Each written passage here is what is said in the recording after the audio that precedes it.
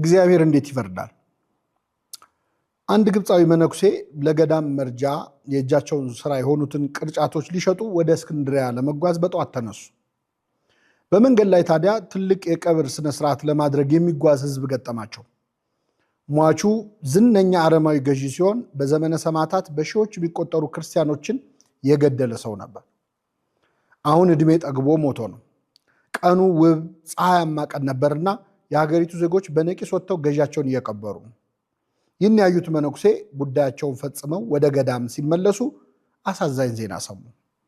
ለ60 ዓመታት በበረሃ በብህቱና ቅጠልና የበረሃ ፍሬ ብቻ እየበላ የኖረ ጸሎተኛ ባህታዊ በዚያች ዕለት በጅብ ተበልቶ ሞቶ ነበር።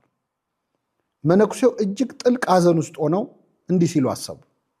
በሺህ የሚቆጠሩ ክርስቲያኖችን የገደለው አረማዊ ሰው በታላቅ ክብር ታጅቦ ሲቀበር ሕይወቱን ሙሉ በጸሎትና በጾም ፈጣሪውን ያገለገለው ባህታዊ በጅብ ተበልቶ የተዋረደ አሟሟት ሞተ። ይህ እንዴት አይነት ፍርድ ነው? እግዚአብሔር ከመልካምነቱ ሁሉ ጋር ኢፍትሐዊ ነገሮች ሲሆኑ ዝም ብሎ ለምን ያያል? በዚህ ምክንያት ብዙ ሰዎች የፈጣሪ መኖር ይጠራጠራሉ። እኔም ፍርዱን እንዲገልጽልኝ መጸለይ ይኖርብኛል አሉ። ከዚያች ቀን ጀምረው መላልሰው ወደ ፈጣሪ ፍርድህን ግለጽልኝ እያሉ መጸለይ ጀመሩ። ብዙም ሳይቆይ እግዚአብሔር ፍርዱን ገለጸላቸው። ከሳምንታት በኋላ እንደተለመደው ወደ እስክንድሪያ የ3 ቀን ጉዞ ሊሄዱና ቅርጫታቸውን ሊሸጡ ተነሱ። መንገድ እንደጀመሩ ድንገት አንድ ወጣት መነኩሴ ወደ እርሳቸው ሲመጣ ተመለከቱ። አባቴ ባርኩኝ። እግዚአብሔር ይባርክህ። ወዴት ይሄዳሉ? አለ ወጣቱ መነኩሴ። ወደ እስክንድሪያ ቅርጫቴን ልሸጥ እየሄድኩ ነው አሉት። ጥሩ አጋጣሚ ነው አባ፣ እኔም ወደዛ እየሄድኩ ነው አለ በትህትና። ጎሽ አብረን እንጓዛለና አሉ አባ። ወጣቱ መነኩሴ ከእጃቸው ሸክማቸውን ተቀበለ። ጥቂት እንደሄዱ እንዲህ አላቸው። አባ ያው እንደሚያውቁት መነኮሳት ስርዓት ጉዞ ስንጓዝ በጸሎት ከእግዚአብሔር ጋር መነጋገር ነው ያለብን አይደል አላቸው። ልክ ነው ልጄ አሉት። እንግዲያውስ ለ3 ቀን አብረን ስንጓዝ እስክንድሪያ እስክንደርስ አንዲትም ቃል አንነጋገር። ምናልባት በ3ቱ ቀን ጉዟችን ለማየት የሚከብድ ነገር እንኳን ሳደርግ ቢያዩኝ፣ ላይናገሩኝ፣ ላይፈርዱብኝ የዝምታ ቃል ኪዳኑን ላያፈርሱ ቃል ይግቡልኝ አላቸው። አባ እየተገረሙ እሺ በሕያው አምላክ እምላለሁ ልጄ አንዲትም ቃል አልተነፍስም አሉት። ሁለቱም አባቶች በጠዋት የአርምሞ ጉዟቸውን ጀመሩ። ቀትር ላይ ወደ አንዲት መንደር ደረሱ።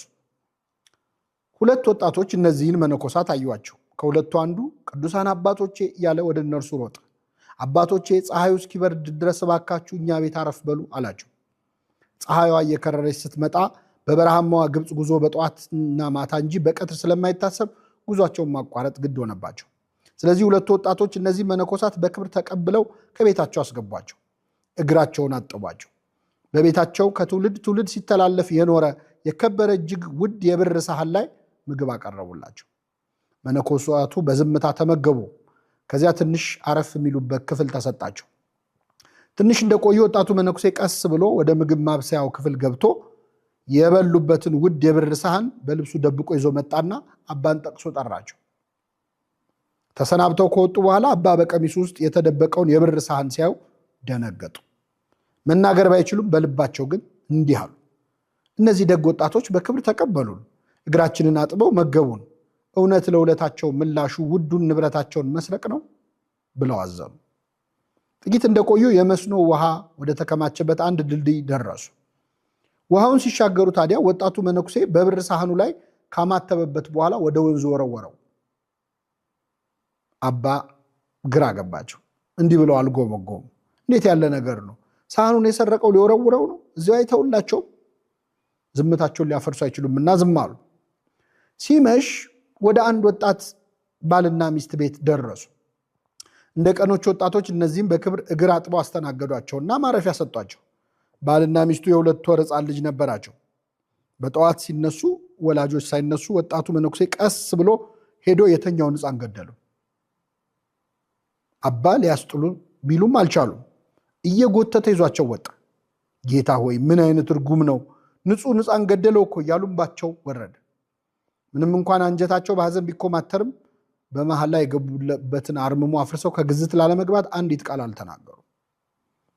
በቀጣዩ ቀን 2ቱ መነኮሳት ወደ አንድ መጠጥ ቤት ደጅ ደረሱ። ጭፈራ ከሩቅ ይሰማል። ሰካራሞች መነኮሳቱን ሲያዩ ቅዱሳን እያሉ ተሳለቁ። በሰካራም አንደበት የሚናገረው ዲያብሎስ ነው ብለው ዝም አሉ። ወጣቱ መነኩሴ ግን ወደ መጠጥ ቤቱ አቅጣጫ በግንባሩ ተደፋና 3 ጊዜ ሰግዶ ተሳለመ። ጥቂት እንደሄዱ አንድ ያረጀ መስቀሉ ከጉልላቱ የተነቀለ በርና መስኮት የሌለው ቤተክርስቲያን አዩ።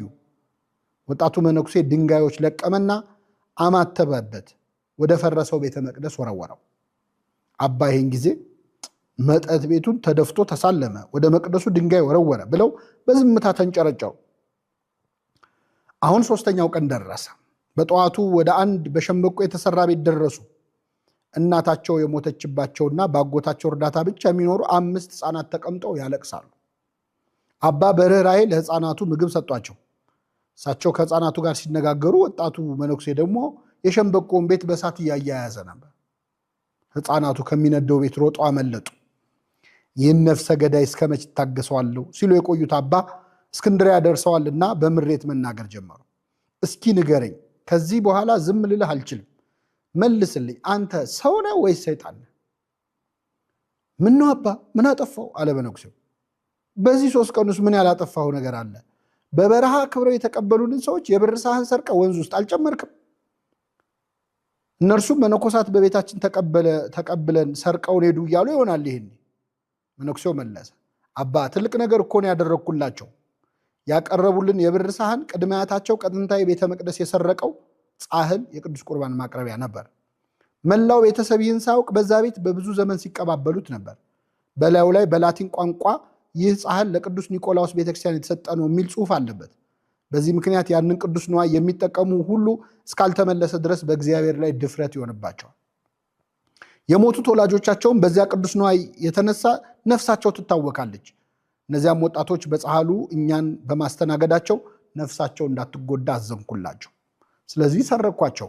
የሰረኩት ፈልጌ አይደለምና ውሃ ውስጥ ወረወርኩት። በማግስቱ የደብሩ ዘበኛ ሊታጠብ ወደ ውሃው ይመጣል። በውሃ ውስጥም ሳህኑን ያገኘዋል። የላቲን ቋንቋ ስለሚያውቅ የተጻፈውን ያነበዋል። ወስዶም ለካህኑ ይሰጠዋል። ጻሕሉ ከብሮ ድጋሚ ሲቀደስበት የሞቱትም ያርፋሉ፣ የቆሙትም ከጥፋት ይድናሉ አላቸው። አባ ተደነቁ። እሺ ሕፃኑንስ የገደልከው ለመልካም ብለህ ነው? አባ የእግዚአብሔርን ፍርድ አይመዝኑ። ሕፃኑ የተጸነሰው በኃጢአት ነው። ለወደፊት ደግሞ እጅግ ጨካኝ ወንጀለኛ ሆኖ ወላጆቹን የሚገድል ብዙ የሚያሰቃይ ነው። ስለዚህ ልጁን በመግደሌ 3 መልካም ነገር አደረግኩ። ሕፃኑ ከንጽህናው ጋር ወደ ሰማይ እንዲሄድ አረኩት። ወላጆቹም በልጃቸው እጅ ከመሞት አዳንኳቸው። በዚህ ልጅ ሐዘን ምክንያት ወላጆቹ ልባቸው በመሰበሩ የቀደመ ኃጢአታቸው ይቅር ይባልላቸዋል። እሺ መጠጥ ቤት ደጃፍ ላይ ሰገድከውስ ምን ነክቶህ ነው? 3 ሰዎች በዚያ መጠጥ ቤት ውስጥ ሆነው የፈረሰውን የከተማችንን ቤተክርስቲያን እንዴት እንስራ እያሉ እየተጨነቁ እየተነጋገሩ ነበር። ምንም እንኳን የተሰበሰቡበት ቦታ መጥፎ ቢሆንም በልባቸው ያለው ሐሳብ ቅን ስለሆነ እግዚአብሔር እንዲረዳቸው ወድቄ ሰግጄ ለመንኩት። ታዲያ ወደ ፈረሰው ቤተ መቅደስ ስለምን ድንጋይ ወረወርክ? በፈረሰው መቅደስ ላይ የተሳለቁ አጋንንት ሲጨፍሩ አየሁ። በመስቀል ምልክት አማትቤ ድንጋይ ወረወርኩ።